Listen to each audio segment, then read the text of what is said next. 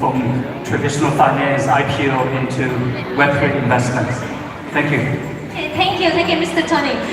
Trong 4 vị diễn giả của chúng ta ngày hôm nay thì đều đến từ nhiều background khác nhau và đều là những chuyên gia trong lĩnh vực Web3, AI. Như Mr. Tony có giới thiệu thì ông đã là chuyên gia từ Web 1 lên Web 2 và bây giờ đang giúp các doanh nghiệp chuyển đổi qua Web3. Vậy thì Tiên sẽ đặt một câu hỏi để cho các anh diễn giả của chúng ta có thể chia sẻ một chút. Bởi vì Tiên biết là trong khán phòng của chúng ta ngày hôm nay có khá nhiều anh chị đến từ những cái business truyền thống. Vậy thì không biết trong khán phòng của chúng ta có ai nghe qua cụm từ Web3 chưa ạ? Có ai đã biết qua Web3 chưa ạ? Và có ai tự tin là mình hiểu Web3 là gì không ạ? Cũng không quá nhiều đúng không ạ? Vậy thì hôm nay thì Tiên sẽ đưa ra một cái thử thách nhỏ để xem các anh chuyên gia sẽ giải thích về Web3 như thế nào một cách ngắn gọn nhất. Okay, so in our audience today, some of them don't know about Web3, like about Web3. So how do you explain Web3 to someone new, in a short definition? Okay, it's a challenge for all of you. Okay, I try to do it short, but I would maybe give you some examples of how NFTs became famous in 2020 and 2021 and why the press was starting to talk about these NFTs all the time, and then the brand started to jump into this Web3 world. So for me, the journey began in 2020 and there was a collection called NBA Top Shot.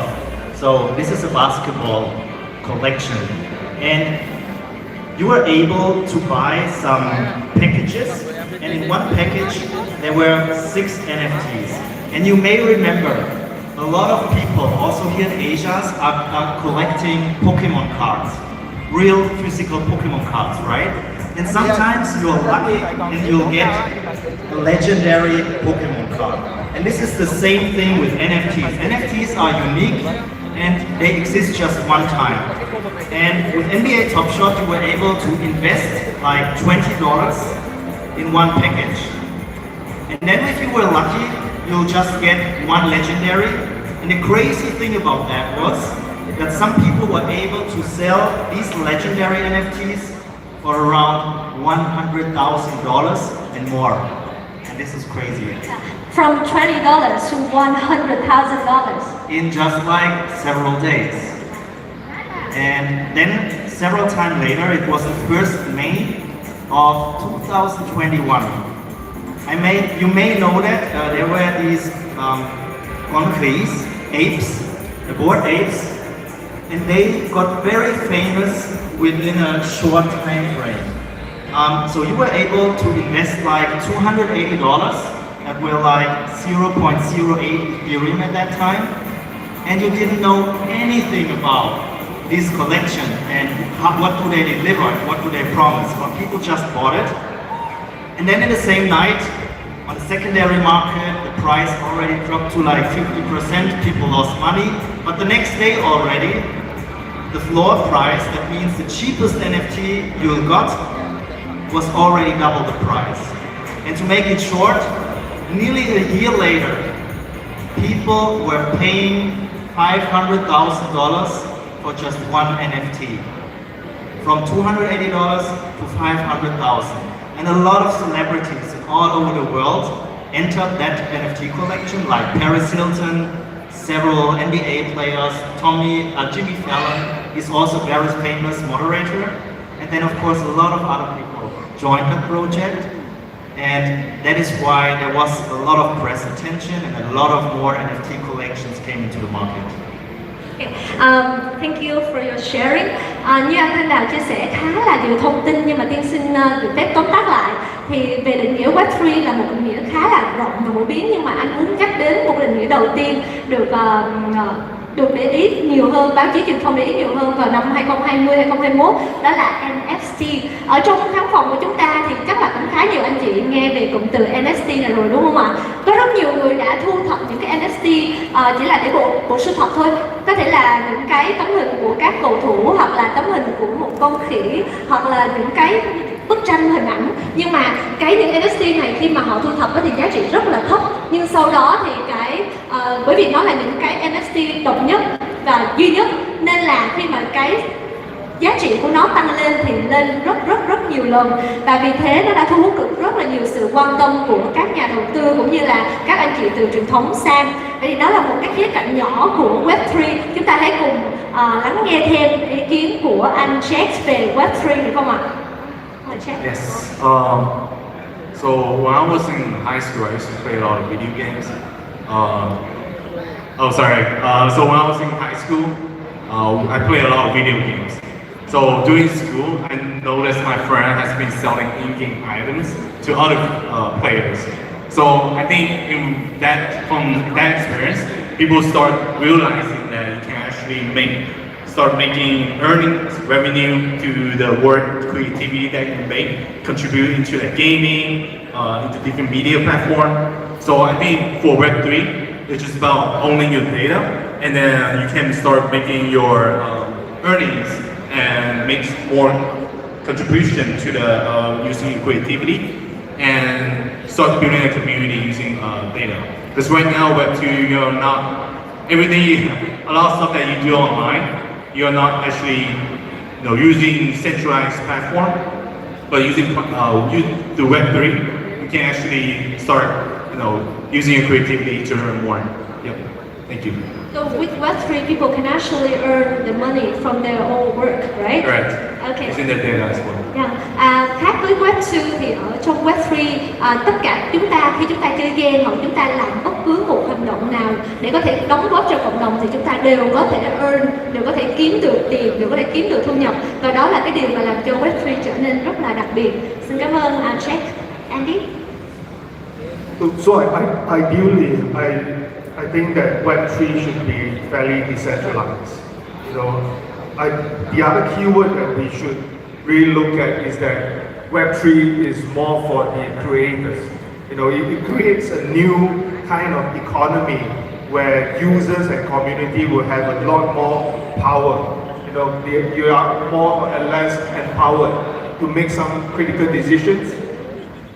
Perhaps you can launch an NFT, you can do a bit of a GameFi, you can do a bit of a play and earn kind of things, but ultimately Web3 is about empowering individuals to make better decisions. I get into the space in 2017. Recently I wrote a book about NFT from zero to hero.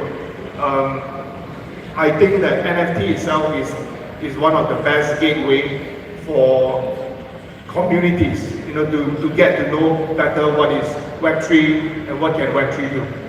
Thank you.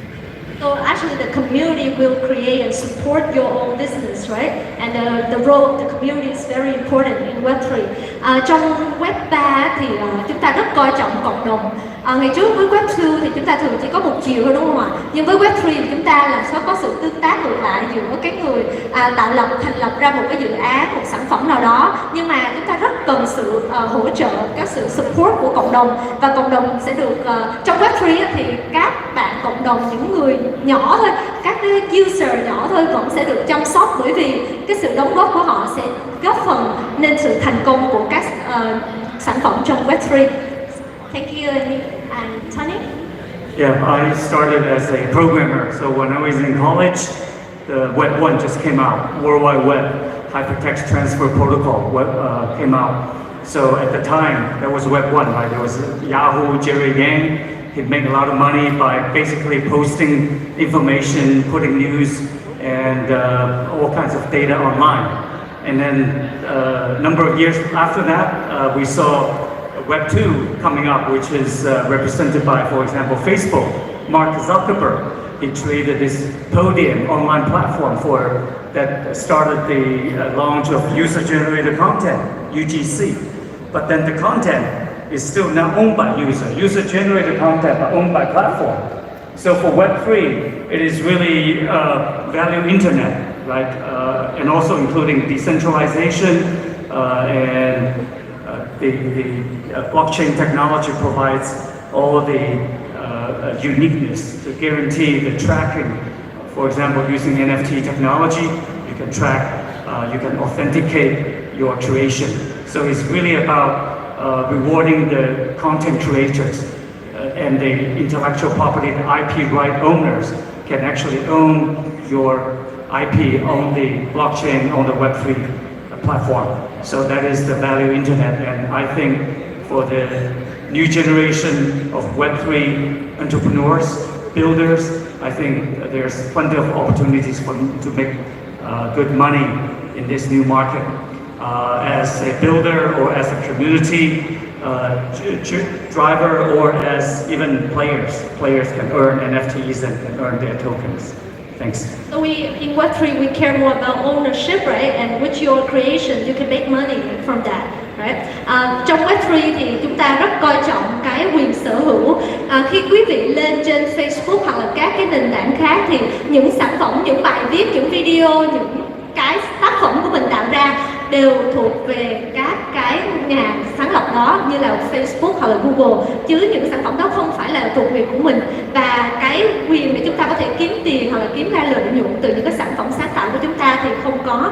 Vì vậy Web3 đã đến để có thể giải quyết vấn đề này và empower, có nghĩa là truyền được, trao quyền lại được cho những nhà sáng tạo nội dung như chúng ta có thể tạo ra những cái sản phẩm đóng góp vào trong cộng đồng và có thể là tạo ra giá trị từ chính những sản phẩm của mình. Thank you so much for your sharing. And as you see, as our rapid growth of Web3, AI,